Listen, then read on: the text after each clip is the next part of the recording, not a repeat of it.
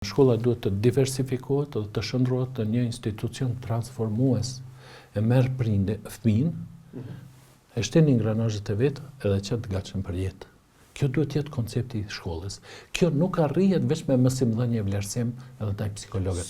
Stafi mësimdhënës? Shikoni, gjithë kujt në Kosovë, për shkak të sistemit ne i themi vrapo përpjet. Unë po pyes cila është gjendja me stafi mësimdhënës? Po ne mësimdhënësve ju them vraponi përpjet.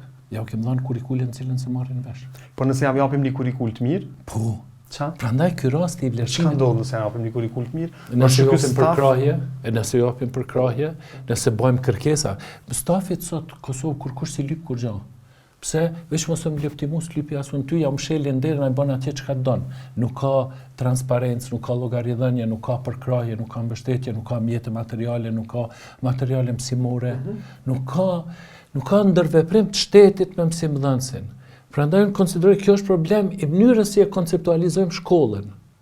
Prandaj jam të fol një zgjidhje çka kisha bë me qenë me më dëgju ministri. E kisha bë një grup. Do thonë me qenë ministër, Floriansley.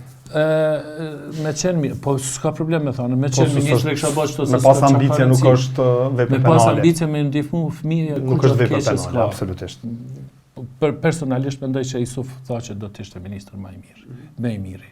Ose nëse është i hapur, edhe ministri Tanisha mund të jetë më i miri.